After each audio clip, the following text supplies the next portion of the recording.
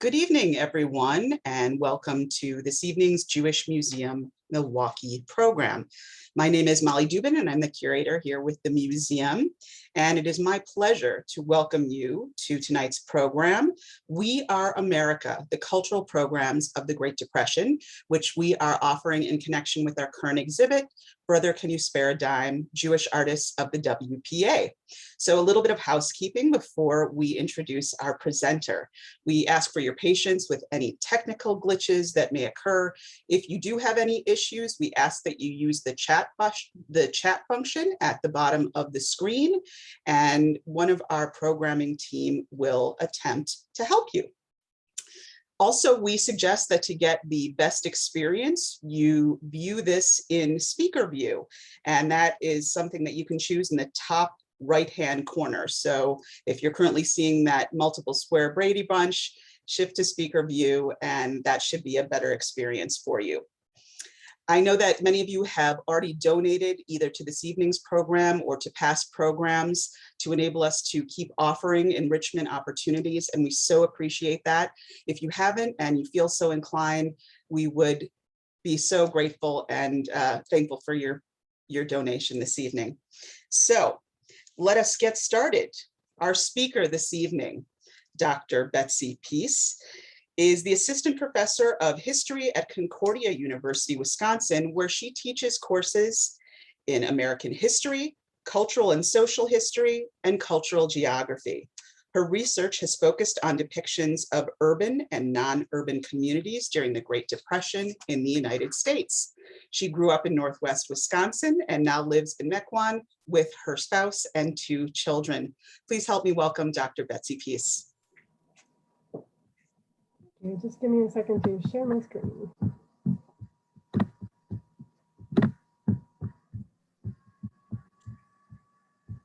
Okay, you all seeing that perfectly? Just like the check, okay. Well, thanks so much to the folks at the Jewish Museum of Milwaukee for inviting me to really just nerd out with you all a little bit this evening. The Great Depression is an era of history that's really long interested me.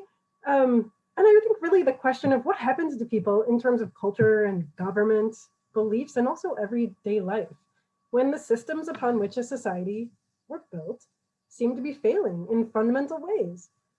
I actually started my PhD program in 2008, a time when it seemed, at least then, that such questions would be relevant suddenly. And that crisis, I think, was certainly disruptive for a lot of people, but it largely passed without any kind of major reckoning. But I do think most of us would agree probably that we seem to find ourselves in a bit of a state of crisis again, right? For a host of reasons maybe, but particularly a pandemic. And I do wonder whether we are experiencing a kind of reckoning or a period of deep introspection in which we are going to ask ourselves as individuals, and I think as a collective too, who do we want to be and what do we value? So it makes sense to me to look back on the experiences of those who asked those kinds of questions before, who lived through the reckonings of the past and envisioned what it might take to make a better future. What did they value? What did they hope for? What did they believe in? How did they succeed? And maybe equally important, what did they miss? It seems to me that this is one of the important takeaways from this exhibit on the Jewish artists of the WPA. So tonight then, I'd like to talk a bit about some of the broader historical context in which these artists worked. I'm going to do that in a couple of ways. Here's my outline slide for you. So first, I want to give an overview of the Great Depression. I know plenty of people know a bit about it, but I think it's worth just revisiting, not just what happened, right, but how it was experienced. So I'll look at just a few of the themes and some of the imagery that I think defined what it would all mean for those who lived through it. Second, I want to narrow in on the New Deal a bit. I'm not going to go through all of it, don't worry. But one of the most important outcomes of the Great Depression, though, was the expansion of the role of the federal government in the lives of Americans. So how did the federal government respond to the crisis of the Great Depression? How did the Roosevelt administration change the relationship between people and their government within the context of a democracy? Rather than covering every aspect of that, I promise, that can fill many books, I want to focus on the ways in which the New Deal employed and funded cultural producers, right, through a number of really unprecedented cultural programs, including, of course, the visual arts. Although the federal government had involved itself in things like patronage and commissioning of art and displaying art to some extent before, the New Deal would fundamentally shift its sponsorship of cultural production, and I think in a way that the role of culture in American social life. So third, I want to wrap up with just a few final thoughts about the stakes of those changes. Culture itself was actually at the center of a really deep debate in the 1930s. That was tied to longer trends, industrialization, right? Modernism, patterns of consumption, new kinds of media and advertising, ideas about democracy itself, in fact.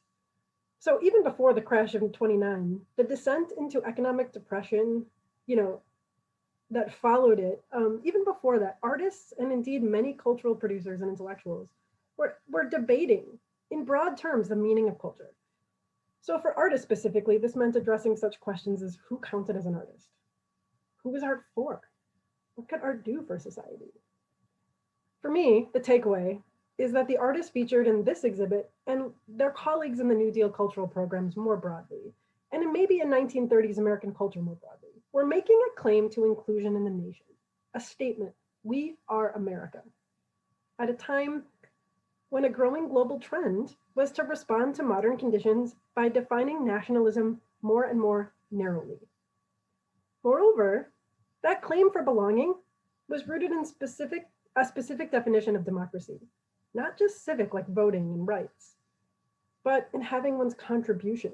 So especially one's work, but also one's viewpoints, one's culture, one's experiences valued.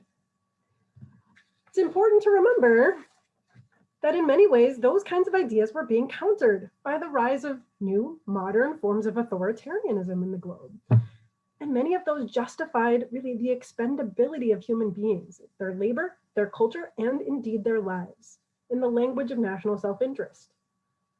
At the same time, really large forces, industrialization, mass consumption, mass media, they were working against community cultures and local traditions, promoting really a national, sometimes even global culture, right? People were reading the same things as those across the nation or even across the globe, viewing the same films, daydreaming about the same celebrities, reading about the same sports heroes, right? They were buying the same brands of meat, poring over the same mail order catalogs, getting the same haircuts, shorter and shorter, and listening to the same records. So the art of the 1930s and the New Deal cultural programs, I think, can be seen as a response to the Great Depression. And I think it's really important in that regard. But in addition, the federal sponsorship of art and culture created a space in which a variety of artists were able to make a claim for having their individual perspectives considered at a time when conformity was growing as a force in cultural life. They were making a claim for inclusion in the American nation at a time when, as global events made clear, the stakes for such a claim were high indeed. So I think when we consider the work of Jewish artists who were given usually great latitude to express themselves in the WPA, we would do well to remember that they were making a claim to be a part of the American nation. And they were doing this as they navigated, I think, what it was that mattered to them about being Jewish, about the experiences that identity gave them, the traditions and memories they valued, but also what they might see differently in America than maybe their parents and grandparents. Okay, so let's start with some big picture perspective on the Great Depression, what it meant, how it was perceived. So historians and economists really still debate why we had a Great Depression. I mean, there's some big obvious things, but there's a lot of debate on this. It's really not totally settled scholarship, which is kind of interesting actually, but we can say a few things about it. The US really led the world. Most of the world was affected, many of it to a large extent actually, in a decade-long depression in the 1930s. And despite scholars that differ, the first, I think, really obvious signs of trouble for most people living through it were what you would probably expect, the stock market crash in 1929. After increased volatility in September and October of 29, the market took a dive on over 2 days, a Monday and Tuesday, October 28th and 29th. And after, at the end of that period, the Dow Jones Trading Index lost nearly a quarter of its value in just 2 days. It did bounce back a bit because a bunch of major financiers tried to pump money in to secure the market, as they will, and it worked very temporarily. They recovered some of that money, but the following week, trading kept declining. The falls were never again as great in a single day, but The market went on a relatively steady long-term slide. So it wasn't necessarily just the two-day crash, but rather the general decline that actually continued for the next 3 years that defined the failure of the stock market. The low point didn't come until July 8, 1932. And on that day, the Dow Jones closed, having lost just shy of 90% of the value of its peak in early September 1929. It wouldn't regain that peak again until 1954. It's also worth remembering that not all that many Americans invested in stocks in the 20s or 30s, about 16% probably. Many of those were not large investors. For comparison, more than half do today. So scholars vary in their assessment of the importance of the crash and what role it played, right? Was it an important catalyst? Was it just a symptom? But most agree, I think, certainly, that there was more going on than just a fluke run on stocks. What exactly was wrong with the economy and for how long? Sure, they don't totally have a full consensus.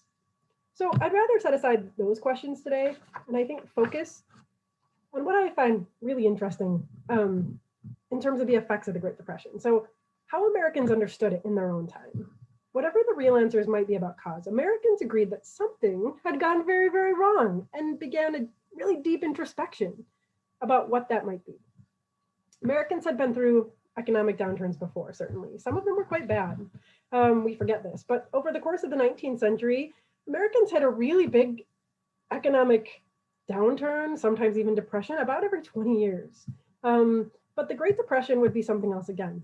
It was deeper, it was longer, it was more widespread, more devastating, and I think this is critical, it was also better documented. In fact, bank failures had already been an increasing problem over the course of the 1920s. It wasn't just after 1929.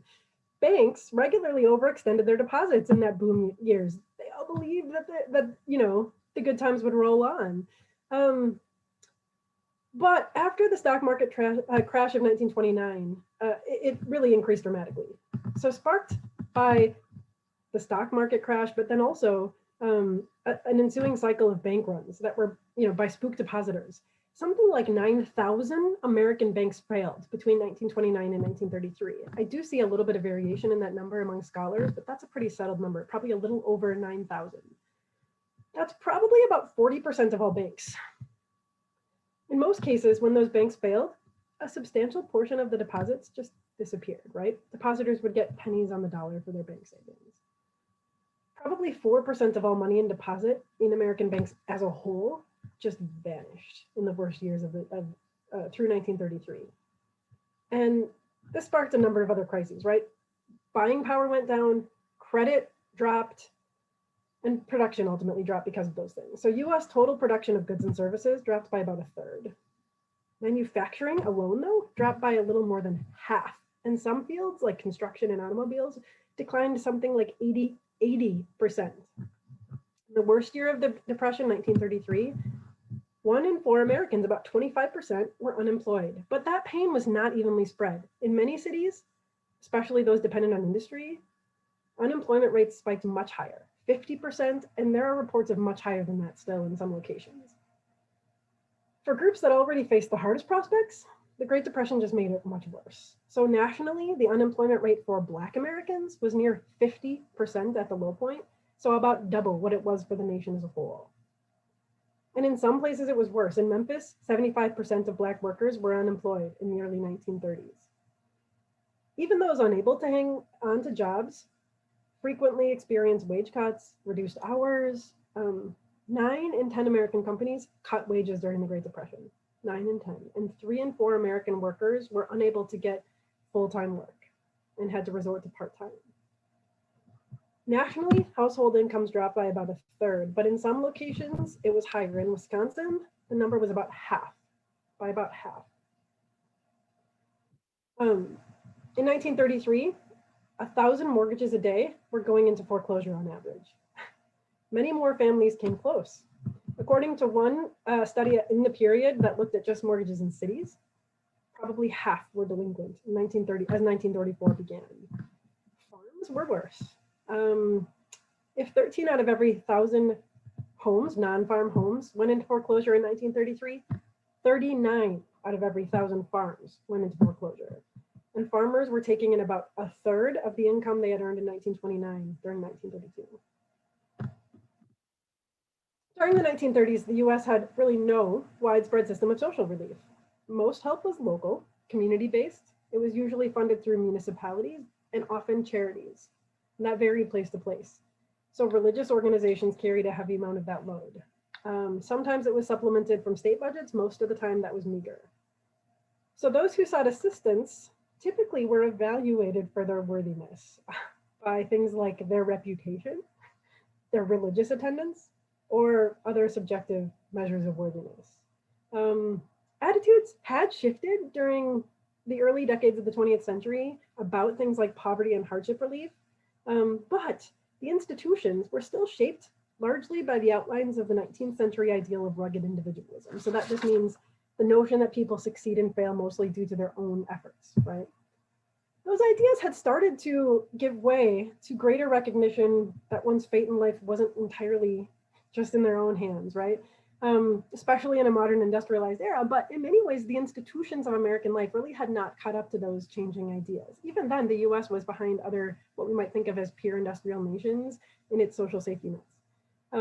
So a system that was generally inadequate in the best of times buckled really quickly as the need expanded and persisted month after month after month. At the same time, philanthropies found it harder and harder to collect donations. Fewer people had money to give. Cities tried to expand their relief programs. They ran out of money. Then they had to raise taxes in many cases. Sometimes they had to cut their budgets drastically or both. It was never enough. The result was that more Americans faced food shortages, malnutrition, especially evident among children, foreclosures and evictions, homelessness, and business failures. Birth rates dropped to their lowest point ever to that point.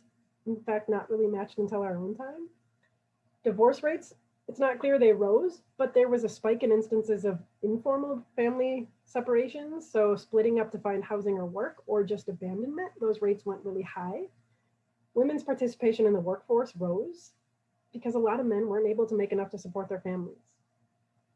So despite the fact that 26 states passed legislation that tried to make it hard for married women to work because they feared that they would take jobs from men and lower wages, the rate of women in the workforce still went up overall. And ultimately, the sight of roaming men, and sometimes women and children, uprooted by need, by force, or by shame, riding the rails, camping out, fleeing dust storms, and just generally moving or searching, became one of the most common themes of the Great Depression. And for a variety of reasons, urbanization, changes in media, and new methods of research and data collection especially, for those reasons, the social failures of the Great Depression were really highly visible. To take one example, the readers of St. Louis's local paper, the Globe Democrat, could read that in 1934, 20% or 1 in 6 white families and 1 in 2 Black families had registered for some form of relief in that year. It's worth remembering that that kind of data hadn't always been available. Everybody could read about it, right? The readers of that paper also read recurring reports about what may have been the nation's largest temporary shantytown encampment, what got the nickname Hooverville. This one was on the Mississippi River, south of the municipal bridge in St. Louis. And one local newspaper reported that St. Louis's Hooverville contained probably 500 to 600 makeshift homes and as many as 5,000 people. Built of scrap materials, metal, plywood, these Hoovervilles were typically built on parks or unused land in industrial areas. Multiple times during the 1930s, St. Louis's Hooverville flooded. It was on the river, it rose. And so residents were forced to flee their already precariously built makeshift homes or double up in really cramped conditions. This Hooverville in Seattle was another of the nation's largest. It was actually organized with a designated mayor and eventually a small council that spoke on behalf of residents to the city and actually imposed rules on those living in the encampment. The Hooverville in St. Louis was reported to contain a fair number of families with children, but many, like this one in Seattle, housed almost exclusively men due to basically homeless laws passed by the city. Many Hoovervilles were diverse. Some replicated the typical patterns of segregation that you would find in cities of the time in the US. Others didn't replicate those and instead got a lot of complaining because they were too diverse. But cities across the US had their own Hoovervilles. I mean, it's almost impossible to know how many, but there were at least hundreds. Some quite small and temporary, others lasting the decade. This one in New York City's Central Park consisted of only a few hastily constructed dwellings. This one became famous not so much for its size, but for the fact that it was right in view of all the high rises on the Upper East and West Side along the Central Park perimeter. So in that sense, it was a visual reminder of the social problems, right, of the Great Depression, and it forced Americans to reckon with them. This one faced periodic destruction and police sweeps, and it only lasted till 33. But in a city with half the manufacturing plants closed, New York had more of them, more Hoovervilles. This was maybe the largest in Brooklyn's Red Hook district, which was a shipping area. This was called Tin City. It started as basically a base for ship workers, many of them Scandinavian actually, who came to New York on foreign cargo ships and then were laid off before they could return home and ended up stuck in New York.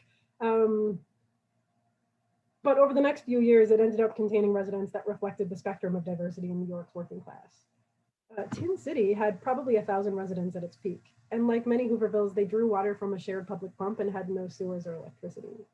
They kept warm by burning scrap wood, and they used makeshift insulation like old clothes, newspapers, or whatever they could find. Some Hooverville residents tried to grow gardens to supplement their meager incomes from usually occasional day jobs, but many ended up relying on meals provided by charity. A lot of the portrayals of homelessness and Hoovervilles in the Great Depression and poverty could, in the reporting was negative, right? References to alcoholism, not that that was always untrue, crime, ethnic stereotyping, sometimes really derogatory nicknames. But Hoovervilles, perhaps unlike poverty of the past in many ways, could be portrayed with a great deal of sympathy. So in this lithograph from the artist Seymour Fogel, this one's from the National Gallery in Washington, a group of men are sitting around, right, with nothing productive to do except this one who seems to be engaged in building himself a shanty out of scrap wood, like the ones in the background that you can kind of see. Here, the implication, I think, is that these men have not failed because of their own flaws, like laziness or lack of ingenuity. Rather, they're lazy because they have not been provided with an outlet to be productive. The shanty then here under construction is a kind of symbol, right, however sad, of, I think, an attempt to be productive, to survive, despite a lack of resources, a lack of jobs, and really broader social failure. The well-known writer Archibald MacLeish titled the 1932 article in Fortune magazine, of all things, "No one has starved," only to follow that lead in with, "which is not true." It was a common line in the Hoover administration. Attempting to overturn the rosy picture of the future that was painted in the first years of the Great Depression, MacLeish promised to report the story of an industrial problem which charity has attempted unsuccessfully to solve. Accompanying the article was this artwork by Reginald Marsh, who's a well-known artist of the period. And the caption said, "Outpost of 100 cities, Hoovervilles." And it compares them to American suburbia, right? America has its lake forests and Englewoods, right? I'll skip ahead. But this is a new and ugly scene in America. The filthy and evil-smelling shacks which have grown up out of the packing cases and tin cans and sheet iron. Among the vacant lots and under the gas tanks, universally and ironically adopted the shacks by the shacks inhabitants the designation Hooverville.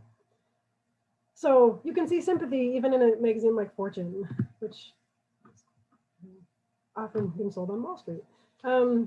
This is one of my favorite examples of the portrayal of Hoovervilles. It's a film called Man's Castle.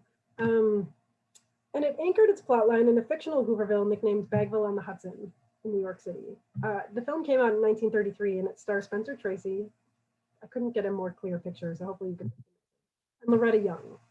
And it features a love story between really two homeless drifters who try to make a home in this New York shantytown. And in this scene, the two have just met, both having tried to hide their destitution through what appear to be nice clothing, but ultimately they learn that the other has fallen on hard times. Tracy's character Bill wears a tux, but it's actually a costume he's wearing for basically a day job in which he's a walking billboard, and he shows her it actually lights up with advertising. He's helping Young's character Trina here find a place to sleep for the night, and they end up living there for a while. So the visual imagery of the Hooverville, I think, portrayed now not as an aberration, but as a defining symbol of American life in the Great Depression, in the movies, right? Tells us a few things I think we can more broadly apply to this period. First, although poverty had long existed, right, it was now understood differently. Rather than being a result of personal failure or inadequacy, so now it's a result of being failed by forces outside of one's control. As I said, that was not an altogether new notion. You can find it certainly in the progressive era, right? But the Great Depression would make it resonant as it had never been before. In response, one of the defining themes of culture in the Great Depression would be the valuing of labor and the valuing of people and their contributions to society. And the corresponding critique then was that American society was failing to value labor and human contribution as it ought to. Sorry, I'd be slightly outboarded. So this was long an argument of labor leaders, right? Critics of industrialization dating back to the 19th century. But the Great Depression saw an adaptation of an argument about wages and economics to one that's really a cultural argument. So about values, about democracy itself. So here's one example of that. Thomas Hart Benton, a famous artist, loved to show labor errors, but it actually was really widespread, right? You can see it behind me. Here's another one by the artist Bernice Berkman in her South Chicago series. Second, okay, so first, valuing of labor. Second, it demanded a new accountability on the part of Americans for the well-being of one another. Many of the other iconic imagery of the Great Depression made a similar. The bread line, for instance, in many cases actually portrayed Americans seeking relief of all kinds. Food, natural disaster relief, but they were really about who had the responsibility to provide for those in need. And as a series of environmental disasters in the late 20s and early 30s exacerbated the Depression for many, especially in farming areas of the South and the Great Plains, pictures of rural poverty joined the imagery of urban shanties as one of the defining visual cultures of the Great Depression. Sometimes these images featured people where they lived, and unlike some of the iconic pictures of poverty from the late 19th century, I'm thinking here of people like Jacob Riis, these images often emphasize the humanity of their subjects, so close-ups of faces, or ways in which people managed to make homes for themselves despite their lack of resources. And like the shantytowns, a growing theme in these images became migration. I know Dorothea Lange's Migrant Mother is the iconic one, but this one's my favorite because of the ad. Okay, so this is about uprooting those who had been failed by a system that promised them success if only they're willing to labor, right? So all of these themes of the Great Depression, the shantytown, the breadline, rural poverty, migrants, they highlight this question of responsibility. Unlike earlier visual imagery of the poor that often evoked pity, these images were meant to evoke fellow feeling, rather than charity as a sense of responsibility for one another. And that's where the New Deal comes in. It was in this context then that Roosevelt was elected in 1932 and took office in 1933, really at the nadir of the Depression, the low point. Much of his success against the incumbent Herbert Hoover came down to the fact that Americans blamed Hoover for not doing enough to help. Instead of implementing policies to fix the economy or to relieve suffering, Hoover maintained a policy of riding it out for really far too long and actually making it worse in some cases, like imposing tariffs. In the end, he began to roll out relief efforts, but they were too small to have much of an effect. They were narrowly targeted, they just didn't cover enough people, and they generally were safe investments when really what was most needed were the riskiest, the people most down and out. Hoover, and this sometimes isn't remembered, he was actually a very compassionate and by most accounts really personally ethical figure who implemented things like corruption reform while president. He had built his political career organizing humanitarian relief. It's almost ironic. In Belgium and France and Russia and Eastern Europe during World War I and its aftermath, and probably was largely responsible for saving the lives of millions of people by providing food. But his belief in the role of government was very much in line with modern progressives of the early 20th century. Government could invest in infrastructure building and work to make the economy more efficient, but ideally through coordinating between private interests, right? Generally voluntary. He supported some things like workers' rights, basic workers' rights, minimum wages, restricting child labor, but when the Great Depression hit only months after he took office, he really declined to view it the way he had viewed World War I, or as something that was really just extraordinary and required extraordinary measures. Instead, he promoted things like private and voluntary relief, charity basically, but opposed direct federal relief. He actually declined his own salary while president and gave tens of thousands of dollars of his own money to private relief efforts and encouraged others to do the same, but wouldn't have the government do it. And ultimately, it just wasn't enough, right? What's more, Hoover became personally associated with signs of failure. The name Hooverville for homeless encampments was intentionally a political smear, and it became really popular. And that name Hoover got used for all kinds of hardships. And as criticism mounted, Hoover faced a really public challenge when a group of World War I Army veterans marched across the country to Washington, D.C. in an attempt to persuade the government to pay out their military pensions, what they called bonuses, early as a form of relief. Congress proposed it. They didn't have enough support, but the marchers used that as an opening to try to persuade congressmen to pass it. So what's typically called the bonus army consisted of a few people who started in Oregon and just marched across the country, picking up people as they went, often with assistance, and ended up being something like 10 to 20,000 people by July camped in Washington, D.C. The numbers aren't very consistent, but it was probably at least 10,000 people. And despite a rather friendly reception from Washington's chief of police, Hoover found the group to be an embarrassment and a political liability. So he ordered the police to break up the encampment. The police were reluctant to do this, but as they went, they ended up accidentally or inadvertently, it was not the plan, right? Firing weapons and killed 2 people who were later buried at Arlington Cemetery. The police said, we're under-equipped, we can't do this. So Hoover ordered the army to take care of the situation. And General Douglas MacArthur ended up meeting the camp with soldiers, cavalry, and tanks. Hoover told them to wait, like, this is gonna be bad, I don't want this, this is gonna look bad. And apparently MacArthur just ignored that, or maybe never received the order, depending on who you ask. But the camp was evacuated and utterly burned to the ground. It was not a good look for Hoover. He had feared that the bonus army was a communist front. And very likely communist organizers did try to influence the group, but the bonus army's initial organizer and its leadership under Walter Waters, one of the original marchers, was probably more politically inclined to fascism, also somewhat popular in the US at the time. And the group's newsletter compared the bonus army to Mussolini's black shirts and Hitler's brown shirts, calling themselves khaki shirts. Hoover and many after him felt that this debacle cost him the presidency, and I'm not sure he was going to win it regardless, but it certainly didn't help. He came off looking really unsympathetic and really even unpatriotic. When the bonus army reformed in Washington a year later, Roosevelt was in office, and he also did not support the bonus bill, but his response was instead to try to sign up all the people for federal work relief, and many of them took it. A little bit better look. Okay, so one thing that this incident shows is that domestic calculations were not just ideological, but also made with global events in mind. I think that's important. Unlike Hoover, Roosevelt recognized that the Great Depression needed to be treated not as a typical economic downturn, but as a crisis akin to war. Watching events in Russia and Germany, as well as Italy, Spain, Argentina, Japan, and elsewhere, had convinced Roosevelt and many other Americans that liberal democracies were on the defensive and quite capable of falling, not just from outside threats, but from domestic populations experiencing severe ongoing economic hardship. In his oft-quoted first inaugural address, Roosevelt followed his famous line, "The only thing we have to fear is fear itself," with a recounting of the nation's ills, and they were many. But he said, "They concern, thank God, only material things. Our distress comes from no failure of substance. Nature still offers her bounty, and human efforts have multiplied it." Instead, he laid the fault on what he called the rulers of the exchange of mankind's goods, right? And the answer he called for was a return to social values, more noble than merely monetary profit.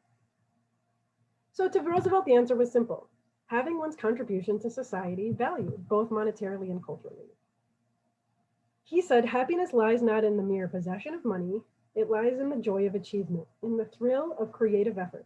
The joy and moral stimulation of work no longer must be forgotten in the mad chase of evanescent profits.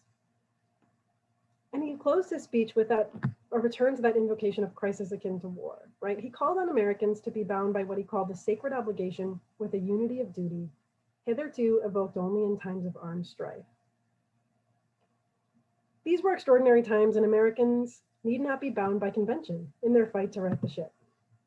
Upon taking office, really Roosevelt's priorities were twofold. One, provide real meaningful relief for the unemployed, and two, stabilize the economy, both in the short term by whatever means were required, and also in the long term by more sound economic regulation of speculative investments in finance.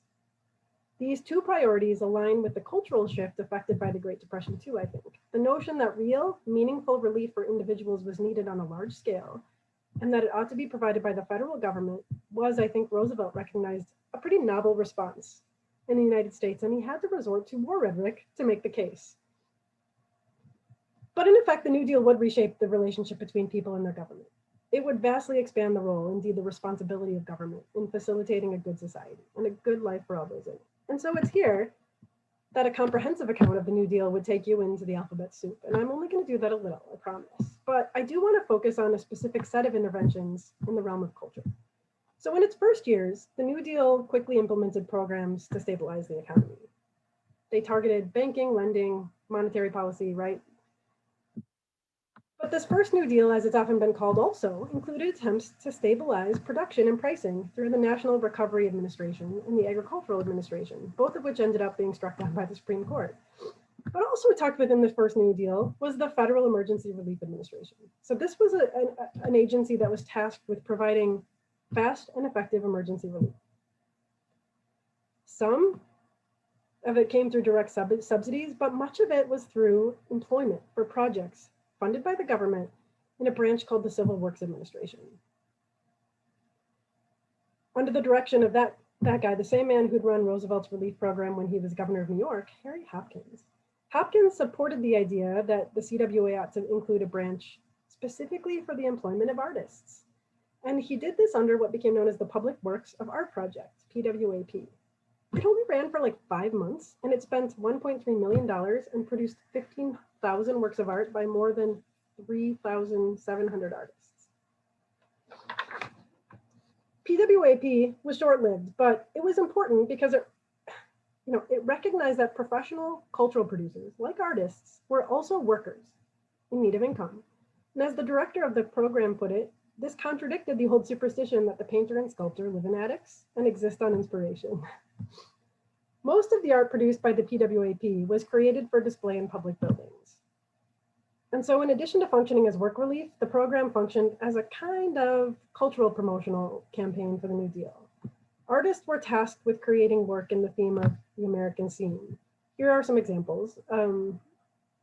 This is by the artist Lily Ferretti, who is Hungarian born, and she chose to paint the American scene as New York subway. This one by Earl Richardson, who was a native New Yorker, and one of only 10 Black artists in the PWAP, chose to paint Southern laborers, barefoot but standing tall. Millard Sheets painted the Bunker Hill area of Los Angeles in a painting he called Tenement Flat. Morris Cantor, who was originally Belarusian, but at that time the Russian Empire, when he emigrated to the United States, chose to paint a nighttime baseball game in West Nyack, New York. Before baseball, the major leagues had night games. Just before. In 1935, the Roosevelt administration launched a series of other more ambitious and in some cases more transformative initiatives and reorganized many of those existing ones. This so-called Second New Deal included big ones like the Social Security Act, the National Labor Relations Act, which basically sanctioned labor unions, and the largest New Deal agency of them all, the WPA, the Works Progress Administration. The primary purpose of the WPA was to provide Americans with paid jobs, doing useful work. And in this, it took and expanded the work of the earlier VERA programs. Perhaps not surprisingly, the WPA too fell under the direction of Harry Hopkins. The WPA ended direct relief programs as a few still existed under VERA, and they expanded the programs that would provide paid work as a means of relief, of unemployment relief. Most of this was construction, building roads, airports, public buildings, parks, housing, dams, utility projects. The Tennessee Valley Authority was in this. And that was its largest project. At its peak, the WPA employed more than 3 million Americans, and something like 8.5 million worked for it at some point. A lot of markers of economic crisis did start to recover over the course of the 1930s. Some, especially production numbers, did tick up, but unemployment remained really high throughout the decade. So the New Deal and the WPA never really solved that problem. It did keep millions of Americans from starving by providing work and pay, but it never really had its work done. But one of the most remarkable aspects of the WPA, one of the greatest gifts to scholars of the 1930s, was the re-implementation of a cultural program and its dramatic expansion beyond the scope of the PWAP. So following the purpose and principles of the PWAP, the WPA's cultural programs would leave a record of the 1930s from the perspective of a variety of artists that perhaps no period in history, at least prior to the internet, maybe could match, and one that is for the most part in the public record too. Organized under the title Federal Project Number 1, or more often just Federal 1, it included the Federal Arts Project, a Federal Writers Project, a Federal Theater Project, and a Federal Music Project.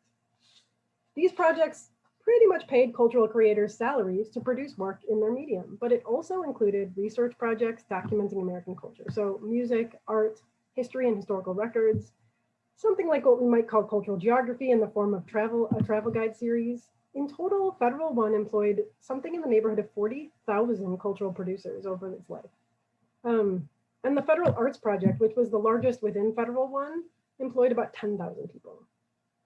In addition to artists, painters, muralists, sculptors, now graphic artists, a rather new medium relatively, photographers, textile artists, and more, the Federal Arts Project included a couple of other initiatives too. The agency opened more than 4,000 community art centers across the country that taught art classes to local residents. The Federal Arts Project also organized art researchers to document folk art, American folk art, and material culture dating back to the colonial period, and created a huge and comprehensive record of cultural history of the entire spectrum of the nation, and across a wide spectrum of cultural identity groups too. The man who did the most to shape the Federal Arts Project was this guy, Holger Cahill. Cahill was born actually perhaps in Iceland, but perhaps also in St. Paul, Minnesota. The records actually, there's a little inconsistency here, but he was Icelandic, to an Icelandic immigrant family. His original name was actually Sven Christian Bjarnason, and he changed his name a number of times, but for some reason that I don't actually know, landed on Holger Cahill eventually. He didn't have a very good childhood. He largely grew up in North Dakota. His father abandoned his family when he was young, leaving them in dire poverty, and his mother sent him to live with an apparently abusive family several miles away on another farm. He ended up leaving after a couple of years, like running away, and ended up with no real home to take him in for a lot of his childhood.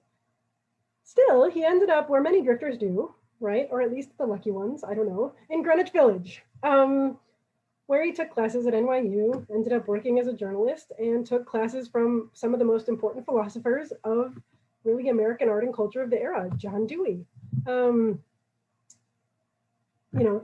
Hopefully you know who he is, an education innovator, a theorist on art and culture, from Thorstein Veblen, one of the most influential, really non-Marxist critics of capitalism in American history. A guy named Horace Kallen, who was really a cultural theorist who promoted cultural pluralism, maybe something like what we call today multiculturalism, or just diversity. And these influences, as well as the broader cultural movements he experienced during this time in New York, hanging out with artists and writers, really ended up, I think, appearing in the Federal Arts Project. In the early 1920s, Cahill ended up working for the Newark Museum in 1921 as basically a publicist. But he managed to, spin that gig into becoming a curator of exhibits, especially for folk art, and then ended up in the early 30s as the interim or acting director of the Museum of Modern Art in New York. So kind of a quick rise, I guess. And then spun that into leading the WPA's Federal Arts Project. So even though he worked in visual arts and only kind of on the fringes for a decade, he made a name for himself really by promoting, themes that I think in art that defined what it meant to be American. So he championed American folk art at a time when that was not really totally in vogue yet. He promoted American modernism. One of his exhibits on folk art at the MoMA was subtitled Art of the Common Man in America, right? So that's a theme that certainly fit in with the 1930s. And like the PWAP before it, the main goal of the Federal Arts Project, and actually Federal One more broadly, the writers, the theater, actors, and so forth, was to provide paid work for those who couldn't find it in the private market. So artists, teachers, researchers in the Federal Arts Project, like the other WPA workers, were required to qualify for relief. In other words, to show that they were unemployed and seeking work. Other than that, though, there was not always that much screening for things like style, accomplishments, thematic content, perspective, or certainly politics. The program did include some specific commissions, right, that would call for a specific identity or thematic presentation, a specific location, an audience. But in many cases, the artists, were given quite a lot of leeway in what they would end up, how they would interpret those commissions. The practice created some room for criticism, as seemingly anyone claiming to be an artist could apply for inclusion in the program. And many who didn't have any reputation, like Jackson Pollock, for instance, got his start that way. He learned to be an artist. At the same time, it did mean that an incredibly rich diversity of artists across ethnic, racial, and gender lines, and across regions, across social or political perspectives, contributed art to the public record and displayed them in public buildings and exhibitions and to keep in public archives. That's really what's so remarkable about the WPA, I think, and its art programs. Here's a piece from the artist Ada Abelman. It's not actually on display, but it's been digitized by the Smithsonian. And this lithograph print was completed for the Federal Arts Project. Seems to me a kind of example of an artist who was allowed to then experiment with telling a family story through her own stylistic lens, right? A lot of her work combines the human form with machinery, and she does that here, but also with the sense of a family's history, I think, right? This one from Virgil Hayes was commissioned for the Harlem Hospital, and it was one portion of a series of scenes in a narrative of Black American story from Africa to the American South, and then finally to the urban industrial North. And in fact, the artist had to lobby to keep his artwork in the Harlem Hospital. Some of the white doctors thought it was too Black to put it in. And they're like, your patients are all Black. And they ended up getting the commission. So some missteps along the way, but ultimately representation, there were avenues for representation for a number of artists, certainly more than they can often find before. So my goal is not necessarily to give you a wide sample of art, right? You can go to the exhibit to see a curated sampling, but I want to demonstrate what was remarkable about the WPA's cultural projects. First, these artists were likely influenced by the knowledge that their art would or could be in a public space, right? So I think you can see, at least in these pieces, the way in which they're using art to tell really grand stories. There's a sense of an educative function of art here.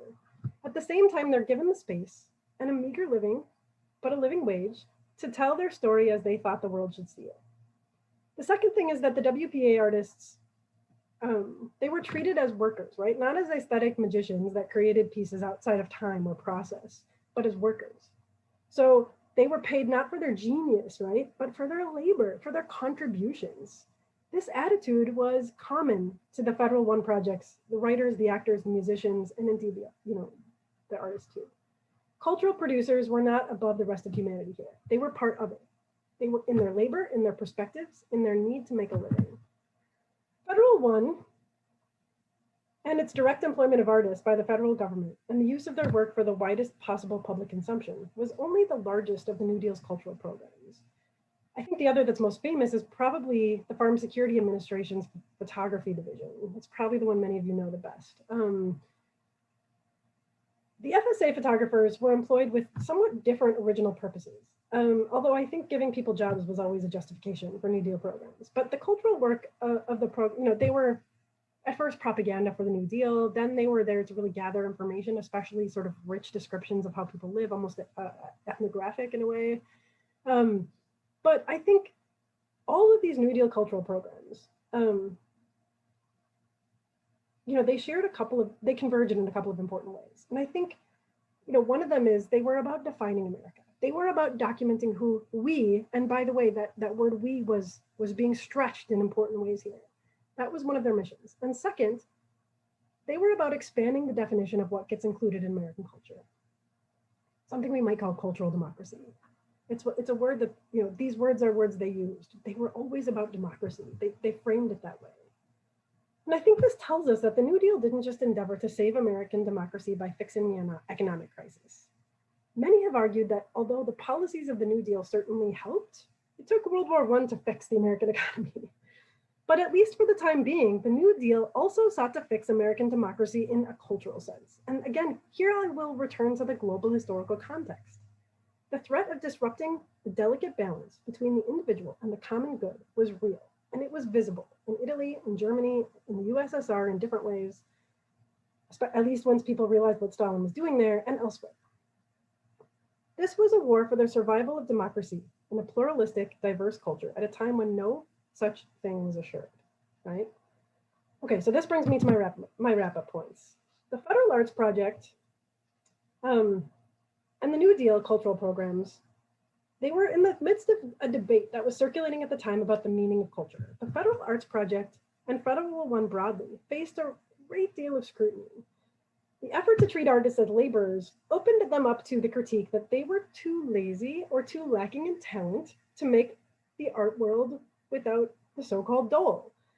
But motivating these critiques, I think, too, was always a fear that government sponsorship of the arts was far too close to government sponsorship of political propaganda. And there might be something to that argument, whatever your politics. But it's interesting. Scholars have debated a kind of origin story about the inclusion of artwork in the New Deal. And that story, and you can find it even still on Wikipedia, is that this guy named George Biddle, who you see here, who was a lawyer and also an artist from this really old prominent Philadelphia family, was also a former classmate of Franklin Roosevelt. And that he suggested to Roosevelt that artists needed work too, and that they should be included in work relief. The letter was real, I think it's been documented, but its role in creating the Federal Arts Program is really less, it's not really clear Roosevelt cared what Biddle said about this. Cahill himself, the leader of the WPA's art program, questioned this origin myth, and many scholars note that it overshadows the real reason that the PWAP and then the Federal One happened. It took a lot of lobbying on the part of very organized artists. Really, they had their own labor movement in the early 30s, and it was this that allowed the realization of their inclusion in the New Deal work relief programs, more than anything.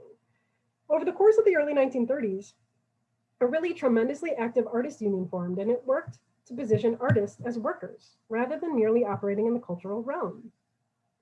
I think the common phrase they would use is they're like plumbers, right? We're just like plumbers, that's what you see in the book. Okay, so, that workers work in the cultural realm and not outside of economics. So instead, they're not outside of economics, they say. They need employment, and the Great Depression had taken it from them just as it had many other industries. The Artists Union, like many unions of the early 30s, definitely had ties to the Popular Front, and quite deeply. So in other words, the communist movement in America. And this would open Federal One programs to sustain critiques in what was then a really red-baiting press, the Hearst Press, and by 1938 in the DIES Committee, or as you guys might know, the Special Committee on Un-American Activity. Famously, Hailie Flanigan, she was the director of the Federal Theater Project. She was brought in to testify by the DIES Committee, and the Alabama representative Joe Starnes asked her, she had made a reference in an article to Christopher Marlowe, and he asked, "Is this a communist?" And she had to explain he was the greatest dramatist in the period immediately preceding Shakespeare. So then he followed that with, well, even Mr. Euripides could be blamed for creating class conflict. This is one of those great moments in history, right? So despite such amusing moments though, and I think as Flanigan and many others recognized, what was on the line here, though, is the livelihood of a lot of artists. And indeed, they had their funding cut by the next year. And so some of these programs went on, but they had to resort to local funding coming through the individual programs themselves, rather than the federal government from then on, before they kind of fizzled out, most of them during World War II. So, the stakes were there, and there was backlash almost immediately.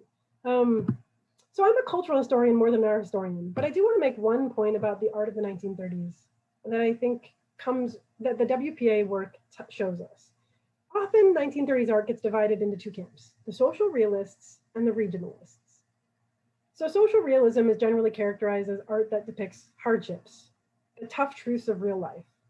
These works are often, though not always, depictions of urban life, the poor, the so-called real people as they quote unquote really are. And the 1930s social realists were sometimes influenced by modernism, by the Ashcan school of the early 20th century, but they were typically associated with promoting leftist politics. So the struggle between, labor and industry, social forces, industrialization and humanity, capitalism and workers, at a time it was often even heavy-handed. Regionalism, on the other hand, is generally characterized as art that depicts rural life, or the life of laborers on the land, often the Midwest, the Southwest, sometimes the South. It celebrates human labor, sometimes with a big note of tragedy and a larger dose of nostalgia. The big three of this genre are typically Thomas Hart Benton, Grant Wood, and John Stewart Curry. Typically, if the social realists are generally considered leftists, the regionalists, who were not necessarily always conservative in their politics, but in some cases were, they're often associated with a greater inclination to celebrate the individual. So usually regionalists are understood as rejecting modernism in favor of narratives of nostalgia and tradition. Here's a couple of other big examples of the distinction. Here's the really famous artist Ben Shahn, sometimes a photographer as well, in promoting Social Security, right? And the famous Thomas Hart Benton. Okay, so I realize that I think critics and historians are in the business of categorizing, right? According to commonality or difference. And I think most observers will find some utility in this distinction, but I do find that the common trend among cultural scholars of this period, and especially the WPA, is that this division is really too simplistic. There's really no hard line between social realists and regionalists. Regionalists often depicted social realism and vice versa. So, the overlap in form and style, and even at times subject, is really too easy to find. You can find a lot of artists who easily go between painting like Lincoln in Illinois and painting New York City. It depends on what's demanded, right? Second, I think the artists in the Federal Arts Project, like their counterparts in other New Deal cultural programs, they depicted what they knew, right? Their own experiences, their own perspectives, and they were encouraged to do so. So although you can find some common themes and engagement in some of the concerns of the era, responses to shared news and shared events, that shared popular culture that was emerging. When you start to look widely at WPA art and to focus on artists, their biographies, their communities, their specific work, you find that there's just too much richness and too much diversity. I think too much humanity even to find easy summaries. And I think, as I'm going to suggest, that was actually the point. Holter Cahill had a particular idea of the meaning of art and its relationship to the community. Again, influenced by Dewey, Callan, and some of the people he studied under when he was in New York, and some of the artists he hung out with there. This was an era when the very meaning of art and its relationship to society was being debated, right? Old conventions were challenged. Old definitions of what was good, what was beautiful, indeed, what was art, they were up for debate. Who then counted as an artist? Was it he or she who could create a vibrant, lifelike image? Was it whoever could puzzle the viewer or challenge the viewer or confuse the viewer? Was it an artist? Was an artist a painter or a sculptor, or could an artist also be a basket weaver, right? A textile craftswoman, or an uneducated woodcarver? These were the questions being asked in this generation. And relatedly, who is art for? Was it for the educated? Was it for the refined? Those with the ability to pay? Or was it for anyone who might derive meaning or pleasure from it, whatever their background or station? And finally, what could art do? Was it there to demonstrate human achievement toward perfectibility? It's a really old definition of art from the Renaissance and in many ways the ancient world. Or was it a means of forging community? Was it timeless, above social circumstances, or was it part of the social fabric itself, in its own time and place? Cahill, for his part, believed that art was not something above daily social life. Here he is on the cover of Time. He did not believe it was of a higher experience than normal people had. He did not believe it was something defined by approximation to some objective sense of perfection. And rather, in line with the elements of the larger, I think, modernist movement and the philosophies of the era, that rejected tradition and art and culture, Cahill believed art should be of and for society. Art of and for society. That didn't mean it was without purpose, though. For Cahill, the criteria for good art was not objective standards, but usefulness. He uses this term a lot, usefulness. This is part of what drew him to folk art, right?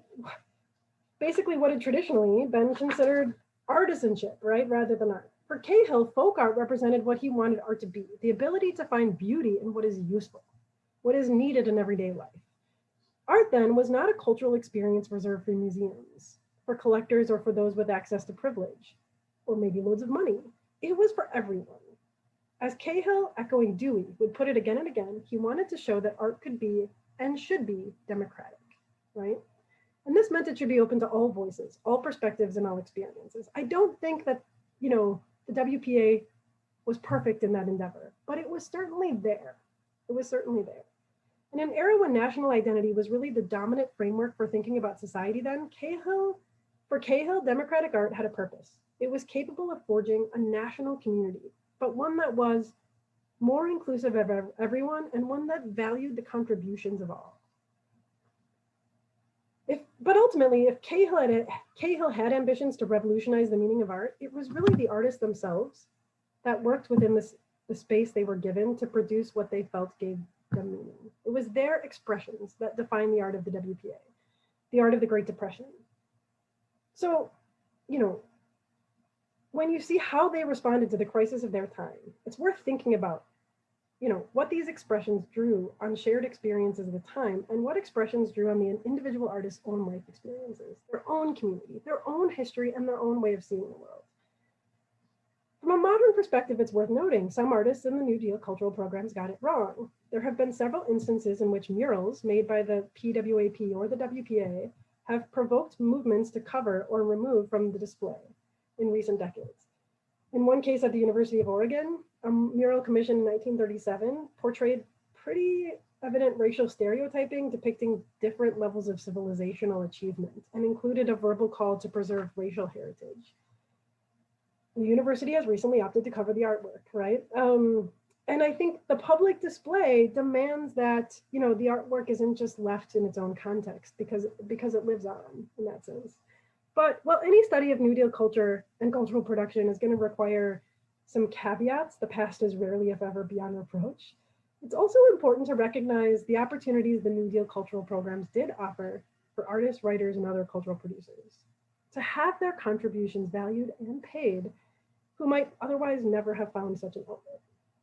So despite the problematic approaches to something like representation that can be found among New Deal art projects, they also served as a means for people to claim inclusion at a time when who ought to be an American and how a nation ought to be defined was really up for debate.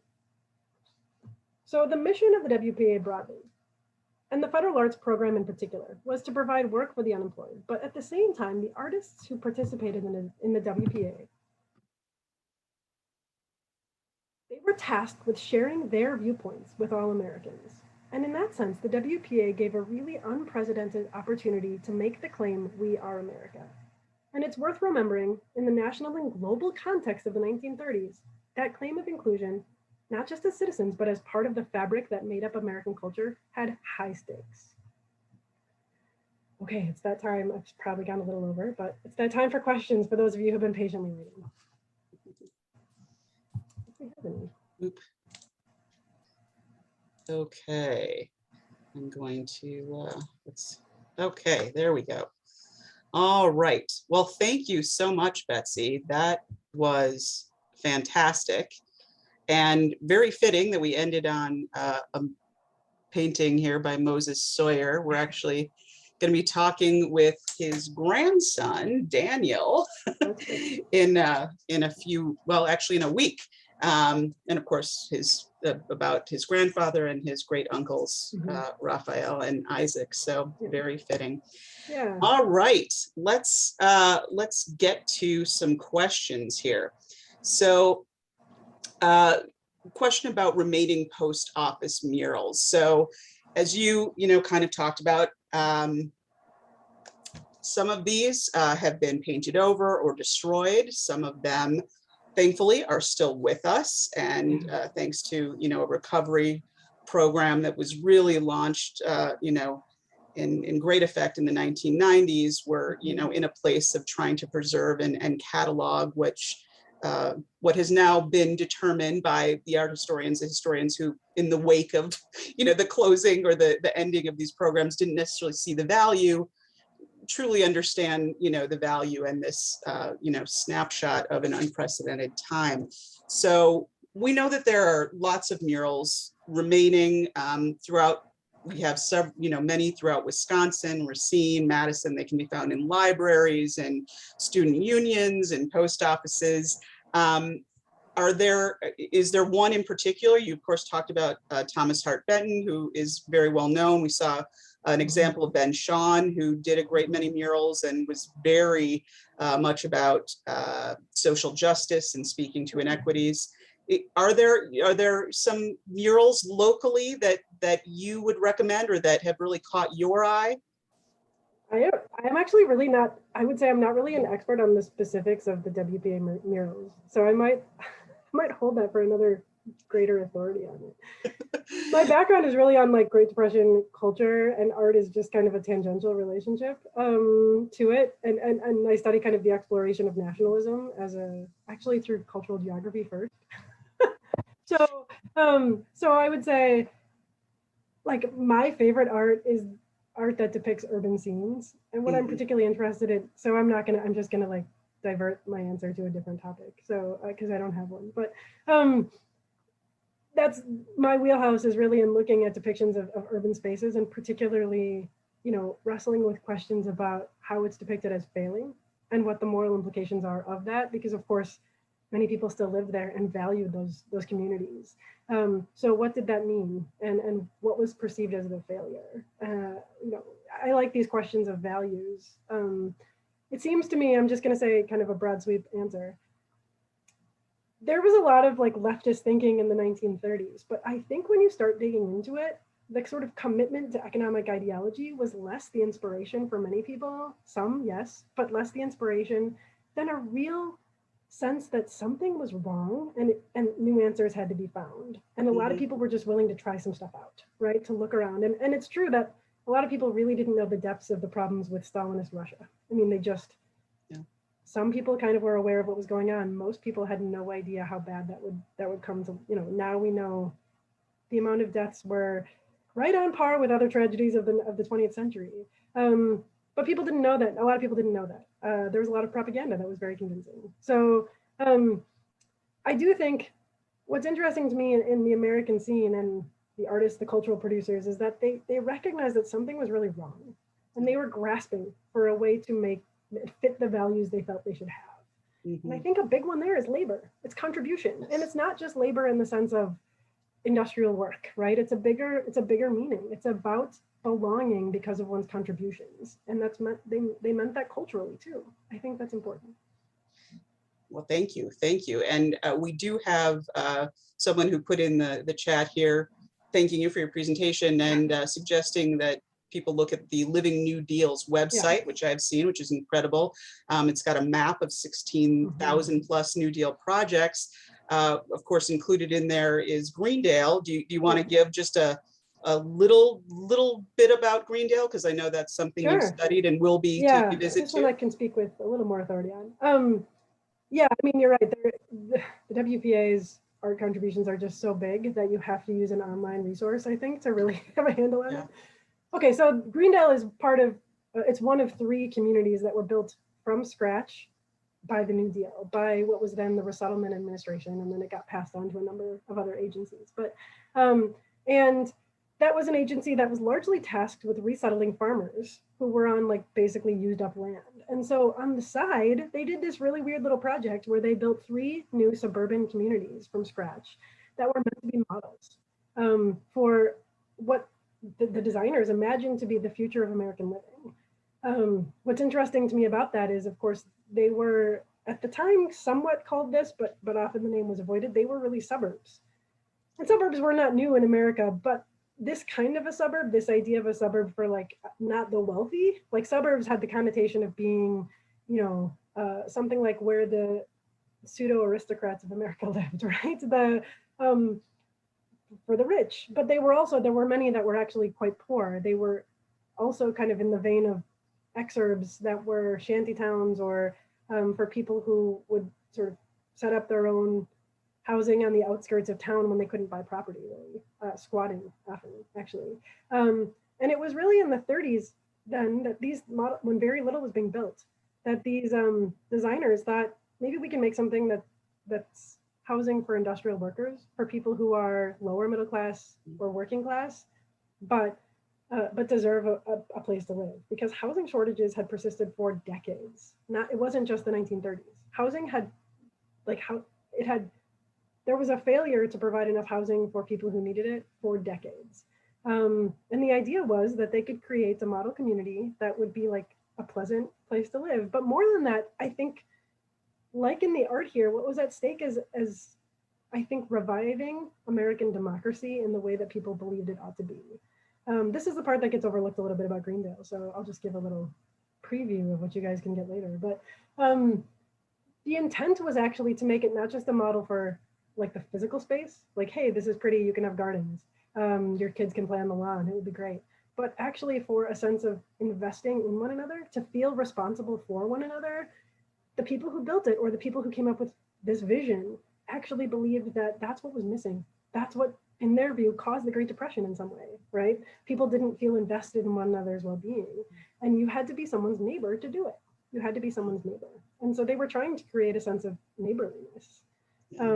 If you read the early newspaper from Greendale, what you'll find is they spend a lot of time like talking about what people are doing as on the street. Like, it's a way of recreating that social connectedness that happens in the small moments of everyday life.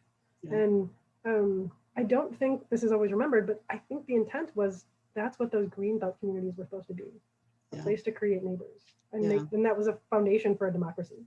Yeah, exactly. Well, thank you for just giving us, as you say, a little bit of an overview. We're excited about that trip, which is going to take place at the end of the exhibit run.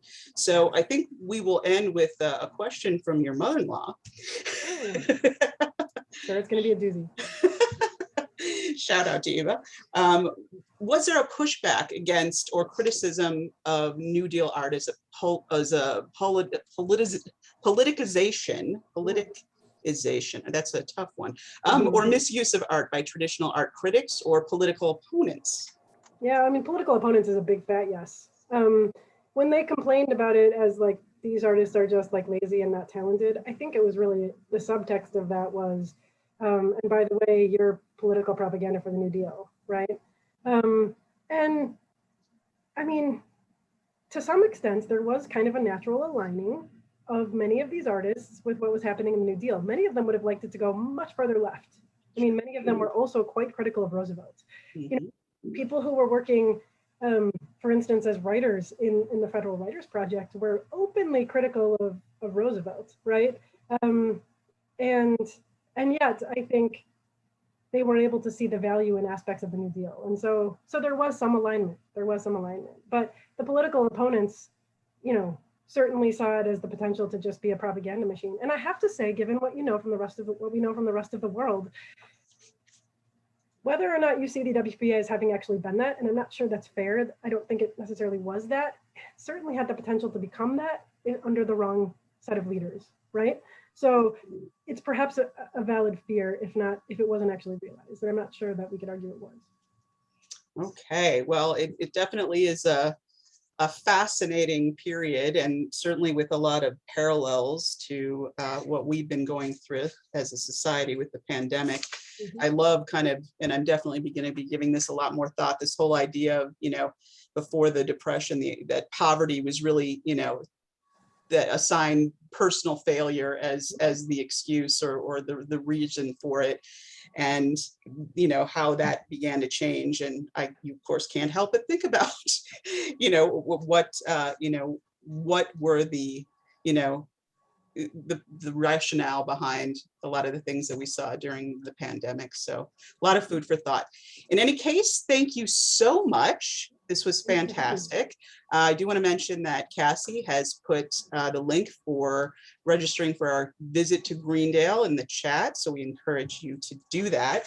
I also want to just mention, which ties in very nicely with what Betsy was just kind of responding to, we have several upcoming programs left, focusing on murals, of course, Greendale, other things, but specifically, I want to mention that coming up on Tuesday, July 27th, we're going to be doing a virtual book talk on the book, How the Word is Passed, A Reckoning with the History of Slavery Across America with author Clint Smith. It's a big, hot title right now, very fitting.